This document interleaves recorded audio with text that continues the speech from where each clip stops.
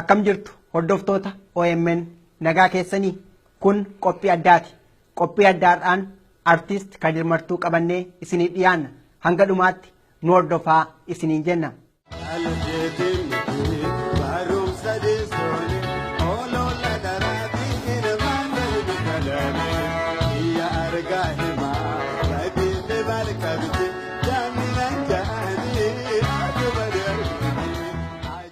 Guutuun ilmaan Oromoodha.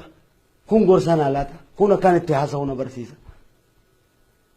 Yoo Wallagga koo dhaqe akkaan itti haasa'uu na barsiisa.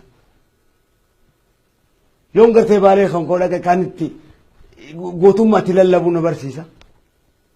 Yoon gartee Oromiyaa tiyyata Harargeedhaa dhaqe gartee akkaataan itti sirbuu na barsiisa. Arsii kan koo keessa hoggaan deema akkaataan itti fiiguu na agarsiisa. Akkaataan itti deemuu na argisiisa.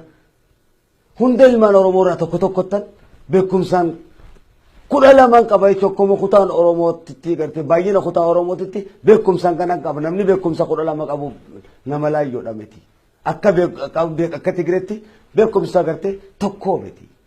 Kadir dursa gaaffiinsi gaafadhu yoo jiraate Kadir eessatti dhalatee eenyurraa dhalatee yoom dhalate kan jedhu kana mee dhaggeeffattoota keenyatti nuuf himime.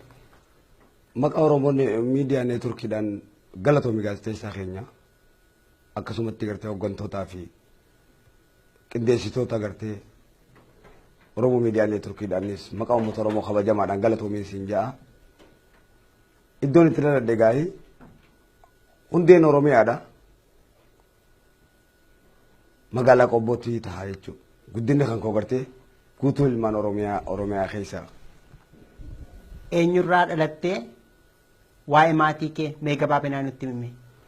Ani namni irraa dhaladhe gartee Martuu Simalee Gadaati.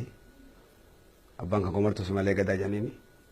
Harmee Tattoo Masaraa Magarsaa Itichaa jedhaniini.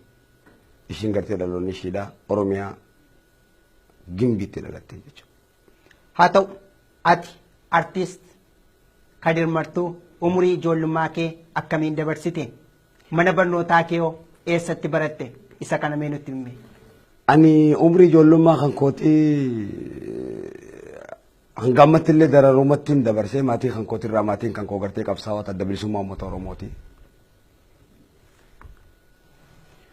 Akkuma beekamu gartee hundummaan waan kana gartee soba gartee fafakkeessuudhaaf takka gartee kan uummanni nu jaalatuu fi maqaa kan koo advertaayisii godhachuu osoo hin tahin waan isinis poost gootanii guutuun biyyaa ragaa bahuudha. Harmee kan koo gartee dargiin irraa galaafate. Abbaa kan kootis dargiin narraa maraachee gurra isaarraa mure biyya guutuutu beeka isa calankoo gadi dhaabeedha. Siidaa calankoo isa hojjeteedha. Isa siidaa ishee bakrii sabaloo hojjetanidha. Isa uummata Oromootiif gartee qabsaa'ee zayitii bulluqaa qaama isaatti narraa galchanii narraa maraachanidha jechuudha. Guddinni kan koo kana. Akkana haalli guddina kan kooti. Achirraa eegalee ijoollummaa kan kootirraa gartee ankoo isaa nama jaanii inni ture. Ankoo isaan kun gartee dabballee OPDOdhaati. Magaalaa Rawaacaa bulchaa ture. Egaa waraanni adda bilisummaa Oromoodha gargar bittinnaa'uun gartee barumsa waa'ee barumsarraa isa na gaafatte immoo waraana adda bilisummaa uummata Oromootu na barsiise. Abbaa kan kootii hojii gitaaraan barsiisaa ture. Abbaan kan koo gitaara taphatanii leenca mataa daabeeti. Haa galatoomu. Haadha malee na guddisanii jechuudha.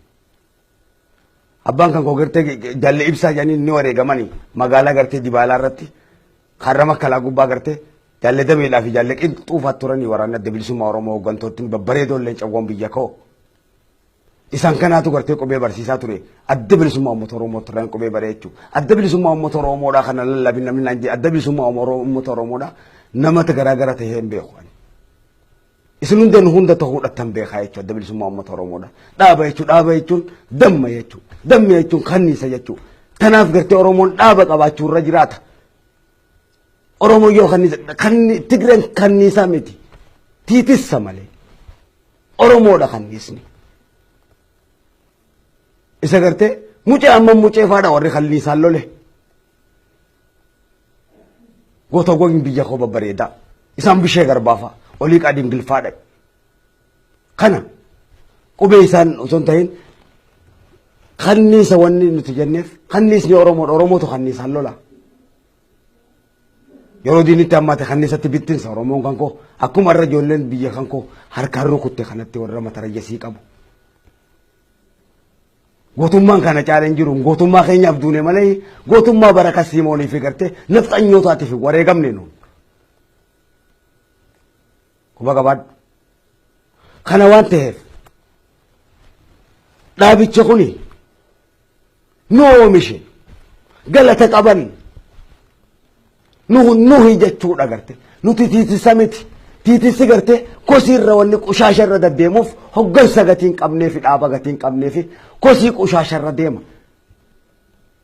Kannisni immoo abaaboo irra deema hoggansa qaba mootii qaba. Dammisaatis qabeenya ta'a jechuudha. Damma kan oomishu uummata Oromooti. Dhaabni sun maali jennaan lafa Oromiyaa magariisaa jechuudha. Isa warqeen keessaa burqu.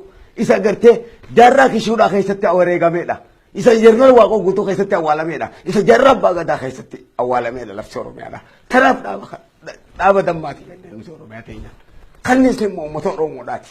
Dhaaba garaagarummaa ilmaan Oromoo jidduutti garaagarummaa filachaa jiru nuti siifin hima. Ani guruppii filadhee takka ilmaan Oromoodhaa qoqqooduudhaaf guruppii filadhee gara takka xiinxala siyaasaatiif akka